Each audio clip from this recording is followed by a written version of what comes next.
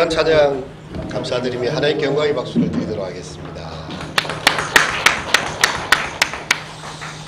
예, 더운 폭염의 날들이 지나가고요. 사람들이 이렇게 시원한 음료수를 찾게 되는데 아이들은 단연 아이스크림을 시원한 바닐라 아이스크림을 먹으면서 이 더위를 달래기를 바랄 것입니다. 근데 이제 어른들은 이제 아이스 커피를 마시게 되죠. 예. 아이들이 웃습니다. 이렇게 커피가 뭡니까? 예. 근데 이 커피가 써요. 설탕도 하나 들어가지 않고. 그래서 그때 이제 어른들은 이야기를 해줍니다. 설탕이나 프린보다는 커피 자체의 향과 맛을 느끼려면 이렇게 블랙커피를 마셔야 된다. 약간 그 중간점에 있는 게 이 아포카토라는 건데요. 바닐라 아이스크림에다가 아주 뜨거운 에스프레소를 넣어가지고 이 두 가지 맛이 중첩이 되게 하는 아이스크림을 먹는데 커피의 향이 나는 그런 아포카토가 있습니다. 이 에스프레소를 약간 연하게 한 게 이제 아메리카노고요. 아이스를 만들어서 더운 여름을 날려고 하는 거죠. 오늘의 성경의 말씀은요, 특히 디모데후서의 이 말씀은 만일 우리의 이 고난과 같은 여름과 같은 이 뜨거운 고난의 시기를 지날 때에 우리에게 이 에스프레소 원액을 그것도 도피오로 해가지고 투샷으로 완전 진하게 넣어가지고 원액 그대로를 전해주는 그런 말씀입니다. 디모데후서 설교가 쉬운 말씀이 아니죠. 하지만 이 메시지의 깊은 맛을 아는 사람들은요, 왜냐하면 바울의 마지막 서신이거든요. 정말 유언장처럼 정말 꼭 하고 싶은 그 말을 바울이 지금 순교를 바로 앞두고 있습니다. 내가 전제와 같이 부음이 되고 나의 떠날 기약이 가까웠도다. 바울도 직감을 하고 있는 거죠. 이 상황에 이제 이 사랑하는 아들, 믿음의 아들 디모데에게 정말 진한 커피와 같은 이 복음의 핵심의 내용들을요, 물론 그것이 비록 우리 입에 달지는 않더라도 우리의 몸에 모든 해독작용을 하고 그것을 조금 정화시킬 수 있듯이 그런 에스프레소 투샷과 같은 그런 말씀을 전해주고 있어요. 그리고 이 편지 어느 한 사형수의 편지라고도 볼 수 있습니다. 왜냐하면 바울은 순교를 앞두고 있으니까요. 그가 어떤 잘못을 해서가 아니고요, 복음 때문에 오늘 나온 것처럼 내가 우리 주를 정언함과 또는 주를 위하여 갇힌 자 된 것, 예수님 때문에 복음 전하다가 갇혀서 순교를 앞두고 있는 그 상황의 마지막 편지를 적고 있는 것입니다. 언제 죽을지 모르는 한 사형수의 편지이죠. 그의 설하에 자식이 하나 없어요. 철저하게 혼자 늙은, 우리로 말하면 참 궁상맞은 인간입니다. 물론 우리는 그의 편지를 전에도 몇 번인가 읽었을 것입니다. 에베소서, 빌립보서, 빌레몬, 우리 그 바울의 서신은요, 신약 성경의 절반 이상을 차지하고 있습니다. 그러나 어쩌면 그의 참모습을 깊이 생각하지 못했을지도 모릅니다. 바울은 사도니까 사도는 그 정도로 해야 되지 않느냐. 예수님의 계시를 직접 보았고 그는 주의 음성을 직접 들었으니 내가 너를 이방인의 사도로 세운다. 빛 가운데 나타나신 주님이 그를 거꾸러뜨리시면서 분명하고도 정확하게 말씀하셨기 때문에 그는 그 모든 것을 다 해내야 되지 않느냐라고 바울 사도가 행한 많은 일들을 그냥 당연시할 때가 많이 있습니다. 그는 사도였으니까. 그는 사도로서 남아있고 우리는 우리로 남아있는 거죠.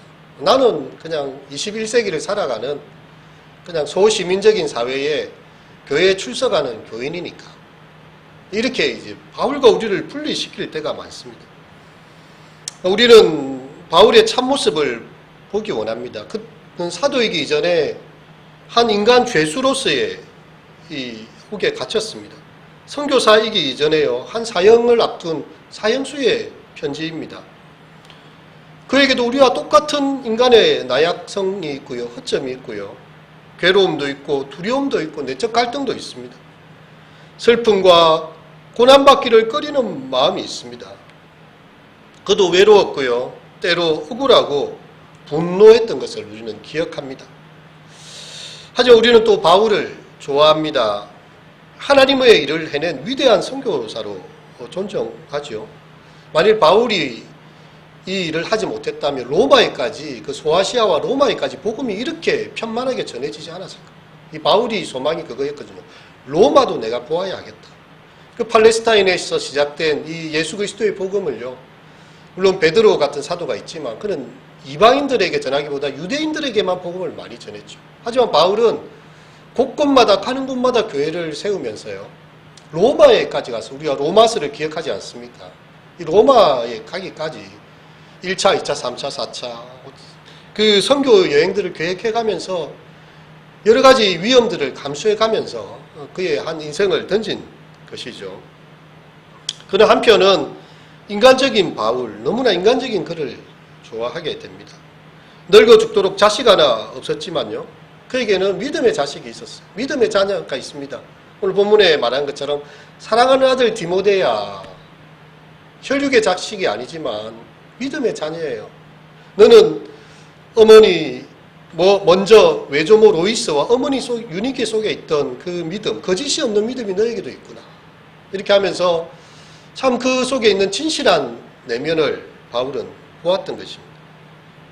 그 아들이라 부르면서 그에게 우리 주님으로부터 은혜와 긍휼과 평강이 내게 있을지어다. 그는 그렇게 한없이 축복을 부어주고 있습니다. 디모데 전서에 보면 네가 자주 나는 위장병을 위해서 물만 너무 마시지 말고 포도주도 조금씩 써서 너의 병을 좀 다스려라.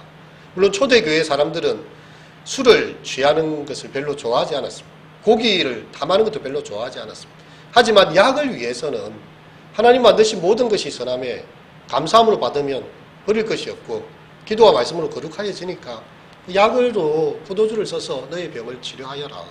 아주 그의 개인적인 상황들, 신체의 유약함까지도 다 보고 있었던 것이죠.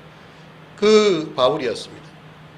이제 자기는 이 편지를 통해서 자신의 인생 전체에 달려갈 길을 다 자기 달려왔고, 이제 나의 선한 싸움을 다 싸워왔고, 나를 위하여 의의 멸관이 준비되었다.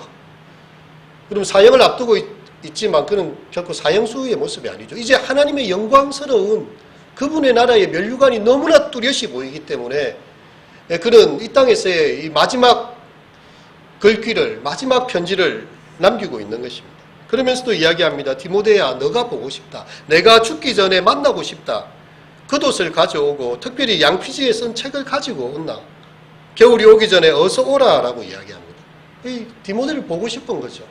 내 죽기 전에 그 양피지에 쓴 글들과 따뜻한 옷을 가져다 주고, 그러면서 너희 얼굴을 내가 보고 싶다라는 그 너무나 인간적인 모습들이 다 드러나고 있습니다. 이제 바울은 그의 첫 번째 투옥시처럼 가볍게 석방되지 않을 것이라는 것을 직감하고 있었습니다. 언제 죽을지 알 수 없는 나날들 지나가고 있는 거죠. 아마 그의 머릿속에는 이제 갖가지 생각들이 주마등처럼 스쳐갔을 것입니다. 디모데와 처음 만났던 그 시절, 디모데가 10대 때였죠. 청소년 시기였습니다. 이제 선교의 큰 꿈을 꾸면서 곳곳을 누볐던 그 시절, 이제 추억하고 있고요. 이제 그는 마지막으로 디모데에게 편지를 적습니다. 하나님의 능력을 따라서 복음과 함께 고난을 받으라. 여러분, 이 메시지는요, 제가 보니까 이 교회에서 제일 설교가 안 되는 것 같아요. 복 받으세요. 하나님의 축복 많이 받으세요. 이런 말들 잘하는데 복음과 함께 고난을 받으라. 정말 진하고 메스껍고 어떻게 보면 너무나 쓴 이야기지만요, 이곳에 하나님 나라의 놀라운 비밀과 생명이 숨어 있다는 거죠. 친하지 않은 사람한테 그런 이야기를 할 수가 없습니다. 어쩌면 너무 친하기 때문에 이런 말을 하기가 쉽지 않을 수도 있어요. 자녀들에게 부모들이 흔히 자기가 하는 일을 너무 힘들었기 때문에 너는 아빠가 하는 일을 좀 하지 말라, 이렇게 하는 경우들이 많거든요. 내가 평생 해보니까 이거는 정말 뼈 빠지는 일이고 정말 힘든 일이다. 고난이 너무 많다. 이거 하지 마라. 이렇게 말하기도 합니다. 근데 바울 사도는 사랑하는 아들 디모데에게 디모데 전서와 후서는 그의 개인 서신이 있고 목회 서신입니다. 그러면서 그에게 꼭 주고 싶은 중요한 말은요, 복음과 함께 고난을 받으라는 거죠. 그것이 홀로 하는 것이 아니라 하나님의 능력을 따라서 복음과 함께 고난을 받으라. 이것이 비록 우리에게 힘들고 어려운 일이지만 그 끝에는 생명으로 인도하는 문이 있고요, 의의 면류관이 예비되어져 있는 그 길이기 때문에 마음을 우리 경상도 사투리로 단디해서 진짜 이 마음을 꽉 붙잡아서 이 어려운 시대를 이겨나가야 된다. 복음과 함께 고난을 받으라는 그 메시지가 주어지고 있는 것입니다. 시대적 배경을 살펴보면 AD 64년경이었습니다. 로마의 네로 황제가 약간 광기가 있는 사람이었어요. 음악을 연주하고 자기 나름 아티스트였습니다. 근데 이 로마가 자기 마음에 안 드는 거예요. 이 황제가 로마에 불을 질러버렸어요. 그러고 나서 그 위에 새로운 로마를 짓겠다고 그 앞에서 현악기를 튕기면서 노래를 부르고 있으니 백성들이 찾아왔습니다. 어떻게 불을 지를 수가 있습니까? 그리고 그 앞에서 노래를 부르고 있다니 이게 황제가 할 일입니까? 네로가 참 보니까 이 머리가 잘 돌아가는 사람이에요. 그 분노감을 이 그리스도인들에게 돌려버립니다. 예수쟁이들이 그렇게 뭐 세상에 불심판이 온다고 이야기하더만은 자기들이 불을 질렀나 보다. 근데 사람들은 사실 여부와 상관이 없어요. 그 분노감이 찰대로 차 있기 때문에 이 그리스도인들에게로 이 방화죄가 뒤집어 씌워지는 그런 상황이 된 것입니다. 베드로 전서와 디모데후서가 이런 배경 속에 글이 적어지게 된 것이죠. 전설에 의하면 로마 시민권을 가졌던 바울은요, 이 네로 황제의 박해기에 성 밖에서 목배임을 당함으로써 그가 순교의 제물이 됩니다. 또한 얼마 지 않아서 베드로도 십자가에 거꾸로 못 박힌 채 순교를 하죠. 베드로의 십자가를 우리가 그림을 그릴 때는요, 십자가를 밑으로 그려요. 왜냐하면 베드로는 거꾸로 못 박혀 순교했기 때문에. 예수님께서 십자가에 바르게 이렇게 다 돌아가시는데 나 같은 사람이 어떻게 감히 예수님처럼 똑같이 십자가에 매달릴 수 있다. 나는 거꾸로 매달려서 마지막 순교를 맞고 싶다고 합니다. 그래서 거꾸로 매달려서 순교하게 됩니다.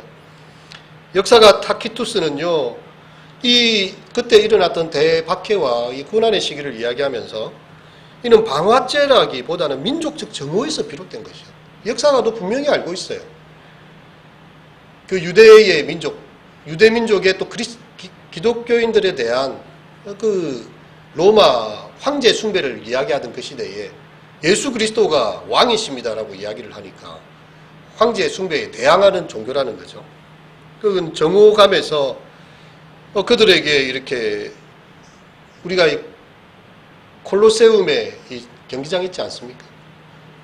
글래디에이터 영화 같은 거 보면 야수들과 막 싸우고 막 이 검투사들이 싸우는 그런 곳에 그리스도인들이 이 제물로, 희생제물로 되어지고 있어요.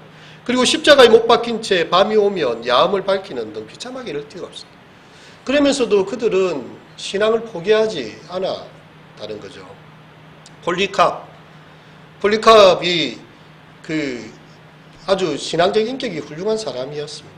그래서 그를 데리고 왔던 군대 장교가 이야기합니다. 당시 정말 신앙이 참 좋은 사람이고 너무 죽이기 아까운데 로마 황제의 법이 엄하니 그냥 로마 황제의 신전을 보고 살짝 고개만 숙여서 내가 황제를 숭배한다는 표만 해라. 그러면 우리가 당신이 황제의 로마의 법을 착실히 따른다고 이야기하겠다. 폴리갑이 그런 이야기합니다. 나는 80평생 살면서 예수님께서 나를 부인하신 적이 한 번도 없었는데 내가 지금 예수를 모른다고 한다면 이게 뭐가 되겠나? 폴리갑은요, 그 화영대의 이슬로 그렇게 사라지게 되었습니다. 그럼 초대교회 성도들은 정말 목숨을 걸고 예수를 믿었어요. 정말 그들의 신앙은 그런 상황이었습니다. 이제 바울은 순교 직전에 있고 기독교의 본질을 오해한 황제는 교회를 개멸시키기로 아예 작정을 했고요. 그 가운데 이단들은 속속들이 고개를 내밀고 많은 아시아인들이 바울의 가르침을 떠나서 변절하는 그런 상황들이 나옵니다. 이 15절에 보면 아시아에 있는 모든 사람이 나를 버린 이 일을 내가 안 하나. 아시아에 복음을 전했는데 그 사람들이 복음에서 떠났다는 그런 것이지요.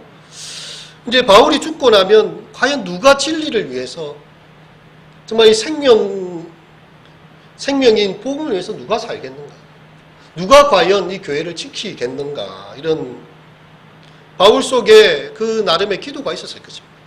그리고 바울이 선택한 것은요, 디모데였습니다. 단 한 사람이었습니다. 디모데야, 내가 너에게 부탁한 것을 지켜다오. 이게 나의 마지막 유언이고 이 마지막 글이다라고 이야기합니다.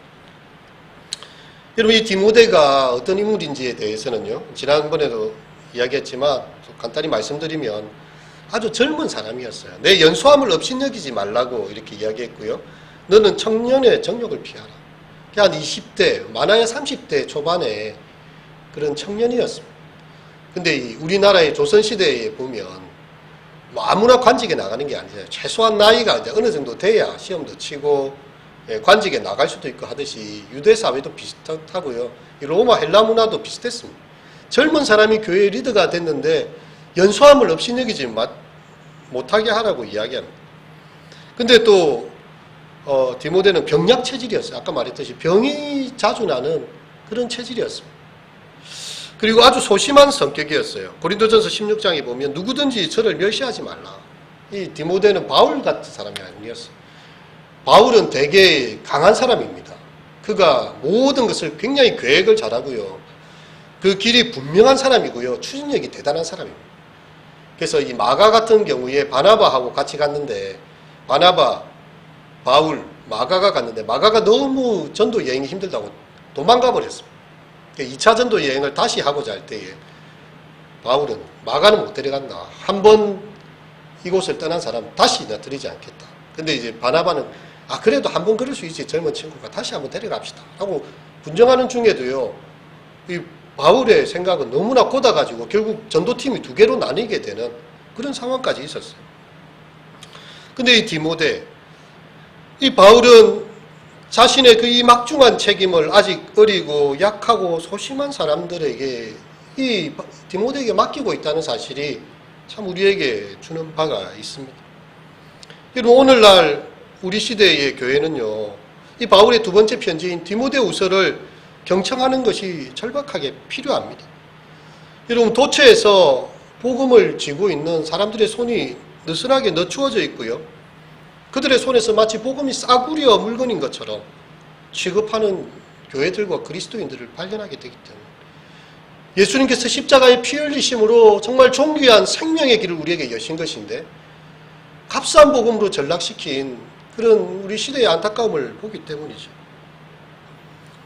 여러분, 1900년의 가량의 시간을 지내서 이 편지가 우리에게 왔는데요. 이 순교 직전에 바울이 우리의 생활 현장에 찾아와서 우리를 바라본다면 과연 어떤 말을 할 것 같습니까? 참 수고하고 있거나 참 복음을 위해서 고난받고 있구나. 너에게 큰 상급이 있을 것이다. 참 너의 수고함을 내가 안다. 이렇게 말을 할까요? 아니면 아니 복음의 사치꾼들아, 이게 복음이냐 지금? 예수 그리스도의 피 흘리신 이 복음이 이거밖에 안 되는 것이냐? 너희의 신앙생활이 참으로 신앙생활이냐라고 호통을 칠 것 같습니까? 세계 선교 기도 2021년 7월호 가장 최근의 글인데요. 이 한국 갤럽에서 5월 20일에 발표한 한국인의 종교라는 최근의 이 종교 데이터에 대해서 나왔습니다. 기독교가 17%, 불교가 16%, 무종교가 60%. 우리나라 사회에 나는 종교가 없습니다라고 말하는 사람이 60% 이상 된다는 거죠. 그리고 무종교 인구가 늘어나면서 비종교인들의 종교에 대한 호감도가 크게 줄었습니다. 호감도를 조사해 보니까 불교가 제일 높아요. 20%, 가톨릭이 13%, 개신교가 6%까지 떨어졌습니다. 종교도 줄고 있는데 기독교에 대한 신뢰도는 역대 정말 우리의 어떤 통계 이후로 가장 줄어든 그런 상황에 있는 것이죠. 종교적, 사회적 영향력도 크게 감소했습니다. 1984년과 89년에 이 조사가 같이 있었는데요. 그때만 해도 종교가 사회의 역할을 하고 있고 비중이 있다라고 이야기했기에 68%, 70%까지 올라갔습니다. 근데 지금은 종교는 사회에 역할을 하고 있다가 18%예요. 무종교인인 절대 다수가요, 종교는 사회에 도움이 되지 않는다. 지금 그러한 인식으로 나타나고 있습니다. 특별히 20, 30대의 청년들이 교회에서 제일 감소하고 있어요. 22%, 30%가 꾸준히 감소하고 있는 상황입니다. 이런 상황에서 우리가 오늘 예배를 드리고 있는 것입니다. 정말 제가 헝걸포가 그 청년 부산, 울산, 경남 부울경 청년 여름 수련회 이렇게 2013년부터 시작해서 작년에 코로나 때문에 못했으니까요. 2019년까지 그때 갔을 때 강사 목사님, 안진선 목사님이라는 분이 있는데 그 청년들이 어렵게 모였잖아요. 한 17개 교회에서 강단이 차도록 이렇게 모였을 때에 그분의 마음이 그런 이야기를 하시더라고요. 자기가 설교를 위해서 본문의 말씀을 묵상하고 PPT까지 다 준비해가지고 좀 이렇게 메시지를 청년들한테 한번 딱 전해보려고 하는데 성령께서 마음을 막으시는 거예요. 이 지금 뭐 하고 있나 지금 청년들이 어떤 위기에 있는데 지금 그런 걸 할 때냐. 그 마음이 너무 부대끼고 그렇게 했어요. 결국은 PPT고 뭐고 아무것도 못 쓰고 성경 한 권만 딱 들고 왔습니다. 그리고 에베소스를 딱 펴시더라고요. 성경 원고도 없어요. 지금 이 청년의 시대는 교회의 영광을 본 적이 없다는 거죠. 그래도 이 권사님의 시대, 우리 집사님들 시대는 청년 때로부터 어린 시절로부터 교회 학교가 부흥하고 한국 교회가 정말 급성장하면서 그 가운데 임하는 성령의 은혜들과 하나님의 영광을 그래도 체험하던 시대였다는 거죠. 근데 지금의 청년들의 시대는 하나님의 영광을 본 적이 없다는 거예요. 그래서 그분이 성경 하나만 갖다 놓고 얼마나 열변을 토하시면서 교회 가운데 있는 영광, 에베소서를 통해서 보여지는 진리의 기둥과 터인 교회에 대해서, 하나님의 영광 가운데 있는 교회에 대해서 막 열변을 토하시던 그런 설교가 기억이 납니다. 여러분, 코로나 지나면서요, 교회에 대한 신뢰도는 더 많이 추락했죠. 교회 때문에 코로나가 더 이렇게 번창했다. 코로나가 더 퍼졌다. 그래서 아이들 사이에는 네 교회 가냐 이렇게 하는 게 부끄러운 일이 된 거예요. 그만큼 사회적인 인식이 참 많이 떨어지게 된 것입니다. 여러분, 이것은 바로 한국 기독교와 교회의 문제예요. 그들의 말하는 것과 삶이 일치하지 않으니까. 참 기독교인들은 말은 잘하는데 입에 물에 떨어지면 아마 기독교인들 입만 살아있을 것이다. 말은 잘하는데 왜 삶이 없느냐는 그런 반성이기도 하고요. 정말 젊은 세대들을 향해서 교회가 그들의 이야기를 듣고 함께 해줄 수 있는 공감대를 형성하고 정말 전도의 문이 다시 열리기도 우리가 애써야 하는 것입니다. 그리고 우리 시대에는 종교 원합주의 시대고 다원주의 시대예요. 그래서 오직 예수 이렇게 이야기하면 아주 소통이 없는 일방적인 골수 자기 것만 이야기하는 그런 걸로 이해를 합니다. 근데 우리는 복음의 메시지가 오직 예수인 것밖에 알 수가 없어요. 우리가 하나님께 나아갈 수 있는 길, 내가 곧 길이요 진리요 생명이니 하나님께 갈 수 있는 길은 나로 인하여 가는 길밖에 없다. 천하 인간의 구원을 얻을 만한 다른 이름을 주신 적이 없다. 예수 그리스도의 복음은요, 하나님께로 갈 수 있는 유일한 길인데 그것을 이야기하는 것 자체가 이 다원주의 시대에 안 맞다는 거예요. 그러면 다른 종교인들은 뭐냐 이렇게 이야기를 하면서 이게 충돌하고 부딪히면서 복음이 역차별을 당하는 그런 시대가 되는 것입니다. 이러한 때에 복음의 신성한 위탁을 지키면서 복음을 전파할, 그리고 그것 때문에 고난을 당할 각오가 되어져 있는가, 그런 디모데와 같은 사람이 있는가 우리에게 질문하게 되죠. 바울은 오늘 본문에서 자신을 이렇게 소개합니다. 하나님의 뜻으로 말미암아 그리스도 예수 안에 있는 생명의 약속대로 그리스도 예수의 사도된 바울. 그럼 바울은 자신의 소명이 사람으로 말미암은 것이 아니었어요. 하나님의 뜻으로 말미암은 것임을 나로 모태로 있을 때부터 택정하신 그리스도의 구원에 대해서, 나를 이방인의 사도로 부르심에 대해서, 그리고 예수 안에 있는 생명의 약속을 그가 맡은 자로서 있는 사람.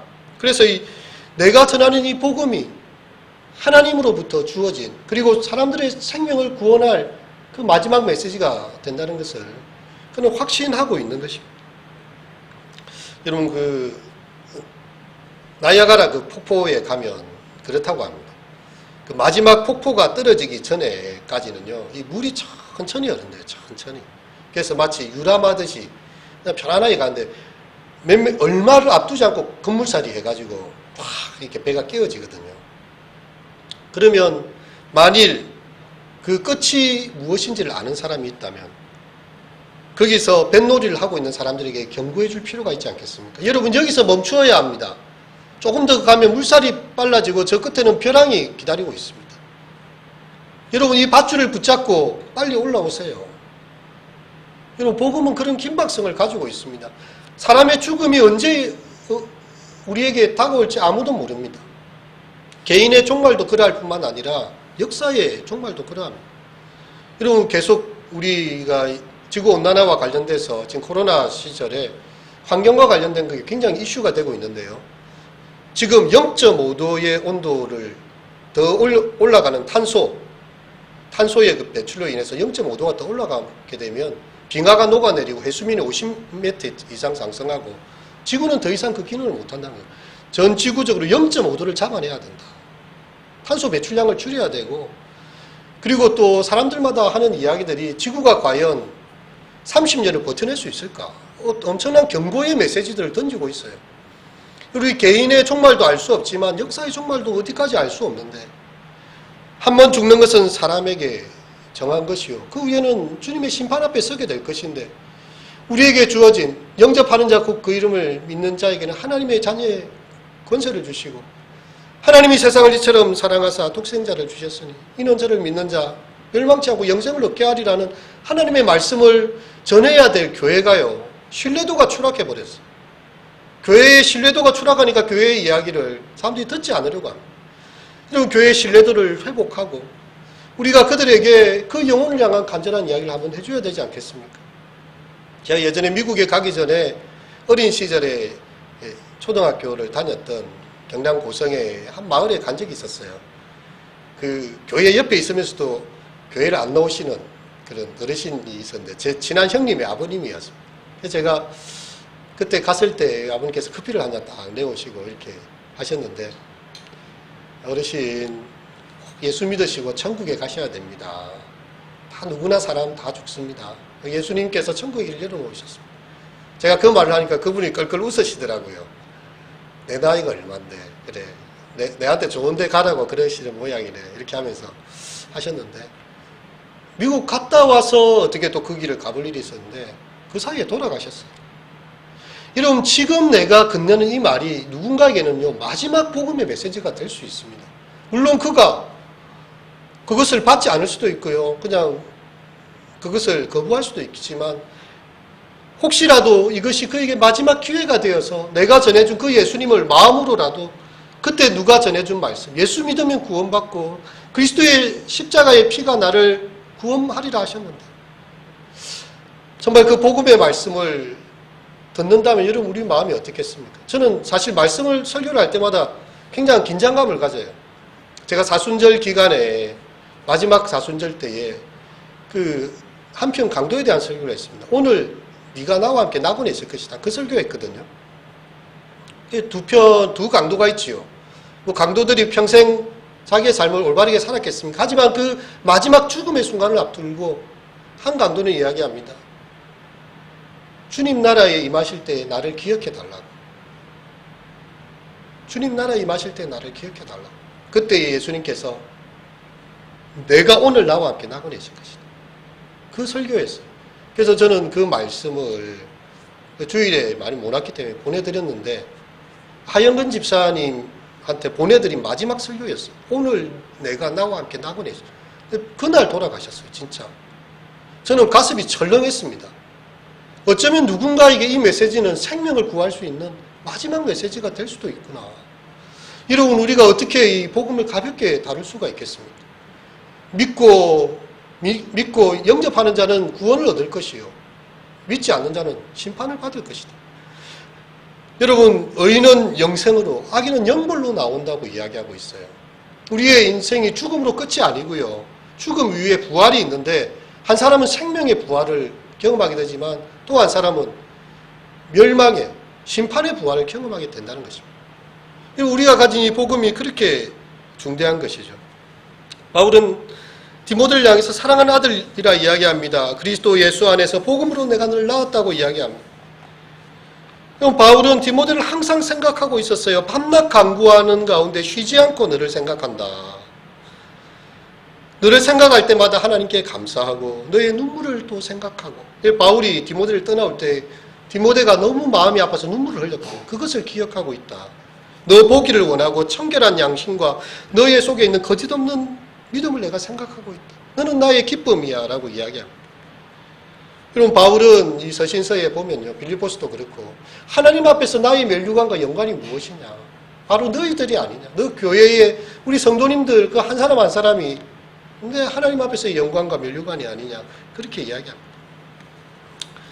우리의 신앙이요, 어떤 때는 한참 올라가지만 어떤 때는 바닥으로 추락할 때가 있습니다. 불덩이가 되어서 쫙 이렇게 탈 때도 있지만요, 어느 날은 잿더미가 되어서 싸늘하게 식어 있을 때도 있습니다. 그래서 바울은 디모데에게 이야기합니다. 6절 말씀 같이 읽어보겠습니다. 시작. 그러므로 내가 나의 안수함으로 내 속에 있는 하나님의 은사를 다시 부릴 듯하게 하기 위하여 너로 생각하게 하노라. 네 속에 하나님의 그 은사들을 다시금 불이 지펴졌으면 좋겠다는 것이죠. 여러분, 우리가 복음의 열정에 사로잡혔던 때가 있었습니까? 여러분, 그때를 한번 생각해 보십시오. 정말 그리스도의 구원의 은총에 밤낮 불러서 찬송을 드려도 늘 아쉬운 마음뿐이었던, 정말 하나님의 말씀을 송이꿀보다 더 귀한 말씀으로 펼쳤던 순간. 그런데 어느 사이에 우리의 성경은 내팽개져 있고요, 기도의 자리는 비어져 있는 그런 모습 아닙니까? 생명력 있는 그리스도인이 되지 못하고 주일날 교회만 오는 그야말로 썬데이 크리스찬, 일요일에 그냥 예배당에 그때만 오는 그들의 일상의 삶이, 나의 일상의 삶이 그리스도인의 거룩함을 쫓아서 세상과 충돌하지 못하는 그냥 세상 사람처럼 살아가는 그런 우리의 모습이 아닙니까? 우리에게 다시 한번 불릴 듯하는 성령의 은총이 필요해요. 하나님, 우리 교회에 성령의 불을 부어주시고 나의 가슴 속에 하나님의 말씀의 은총의 불을 부어달라고 기도해야 합니다. 요한 크리소스톰은 이렇게 이야기했습니다. 땔감이 있어야 불이 타오르듯이 은총이 언제나 뜨겁게 타오르게 하려면 영적인 기민함이 필요하다. 은총의 불을 타오르게 하기 위해서 또한 깨뜨리게 하는, 타오르거나 깨뜨리는 것은 우리에게 달려있다. 게으름과 부주의는 이 불을 꺼뜨리고 경계심과 성실함은 이 불이 살아있게 한다. 우리가 하나님의 말씀을요, 하나님의 말씀으로 정말 대하면 되는 것입니다. 성경의 모든 말씀은 성령의 충만함을 받은 사람들이 하나님의 입에 말한 것을 받아서 우리에게 전해준 말씀으로 그 말씀을 아는 것이죠. 이제 바울은 주의 증거와 주를 위하여 갇힌 자 된 나를 부끄러워하지 말고 오직 하나님의 능력을 따라 복음과 함께 고난을 받으라. 로마서 1장 16절에도 이야기하지요. 내가 복음을 부끄러워 아니하노니 이 복음은 모든 믿는 자에게 구원을 주시는 하나님의 능력이 됨이니라. 그리스도의 복음은 어떤 이에게는 꺼리끼는 것이요 또 어떤 이에게는 미련한 것이다. 하지만 믿는 자들에게는요, 구원을 주시는 하나님의 능력이 되기 때문입니다. 여러분, 하나님께서 우리에게 주신 것은 두려워하는 마음이 아니에요. 오늘 말씀해 보니까 능력과 사랑과 절제하는 마음입니다. 하나님으로부터 오는 능력을 강구하고요, 자기 주장이나 허영이 아닌 정말 사람들을 섬기는 사랑의 마음이고요, 또한 절제하는 마음, 깨어있는 마음이 하나님께서 우리에게 주시고자 하는 마음입니다. 두려워하는 마음이 아니에요. 능력과 사랑과 절제하는 마음입니다. 그리고 우리는 주를 위하여 갇힌 자 된 자를, 이 바울을 부끄러워하지 말고 오직 하나님의 능력을 쫓아 복음과 함께 고난을 받는 것이지요. 이 이야기를 하고 마치고자 합니다. 제자 오카눔이라는 그 다큐멘터리 영화가 있습니다. 오카눔 목사님의 일대기를 다루고 마지막 소천하는 장례까지 다룬 것인데요. 거기에 보니까 오카눔 목사님이 가졌던 것은 가서 제자 삼으라는 메시지였습니다. 그래서 9명의 사람들을 데리고 제자 훈련을 열심히 했는데요. 그 사람들이 계속 바뀌면서 변화가 되면서요. 나중에 교인들이 너무 많이 오고 수만 명이 교회가 됐어요. 9명 시작했는데 수만 명이 됐어요. 설교하기가 무서웠다고 이야기해요. 나는 이렇게 많은 무리들을 만들려고 한 게 아닌데 그리스도께 온전히 헌신된 디모데와 같은 제자를 만들려고 한 것이었는데 이 사람들을 내가 어떻게 감당할 수 있을까? 그리고 그 분이 한 개척교회 목사님을 만나서 그렇게 이야기를 했습니다. 월세 상가의 개척교회 목사가 몇 명을 데리고 성경 공부하는 걸 보면서 차라리 지금 그 모습이 더 나로서는 부럽다. 그 목사님 놀란 거예요. 아니 수만 명 교회를 강남 그 한복판에서 목회하시는 목사님이 그 상가의 그 주변 도시에서 이렇게 몇 명 데리고 성경 공부하는 제자 훈련하는 내가 부럽다니. 그 다큐멘터리에서 눈물을 흘려 충격을 받았다는 거예요. 복음의 본질은 많은 사람들을 모으는 것이 아닙니다. 단 한 사람이라도 그렇게 그리스도의 제자가 되고 하나님의 능력을 쫓아 복음과 함께 고난을 받을 각오가 된 그런 사람 만드는 것입니다. 오늘 디모데후서의 말씀은요, 따뜻한 목자의 음성이기보다는 아들을 꾸짖는 아버지의 엄중한 음성 같기도 합니다. 사랑하는 성도 여러분, 오직 하나님의 능력을 따라서 복음과 함께 고난 받으시는, 그리고 그 고난 가운데서 하나님의 영광을 보시는 우리 모두가 되시기를 진심으로 축원드립니다. 말씀을 생각하면서 잠시 기도드리도록 하겠습니다.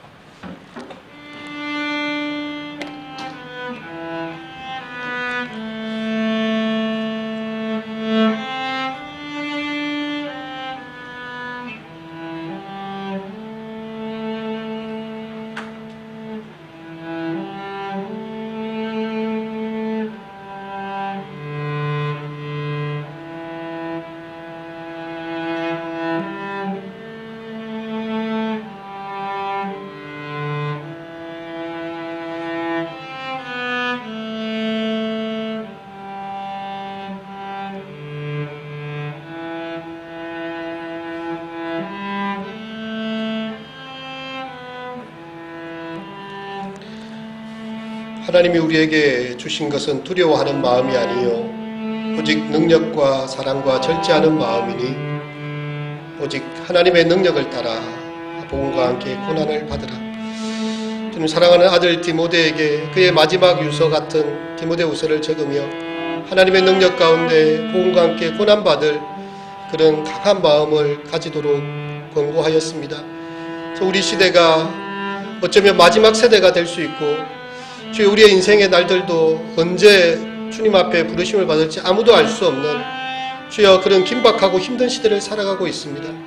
많은 사람들이 교회를 떠나고 신앙에서 떠나고 주여 믿음을 잃어버린 시대를 살아가고 있습니다. 하지만 우리가 주님의 교회를 지키고 하나님의 능력을 따라 복음과 함께 고난받을 때에 주님께서 마침내 우리에게 주실 의의 면류관, 생명의 면류관 바라보며 현재의 고난이 장차 나타날 영광과 좋게 비교할 수 없음을 알고 주님 따라 자기 십자가를 지고 주님의 길을 쫓는 자들 되게 하여 주시옵소서.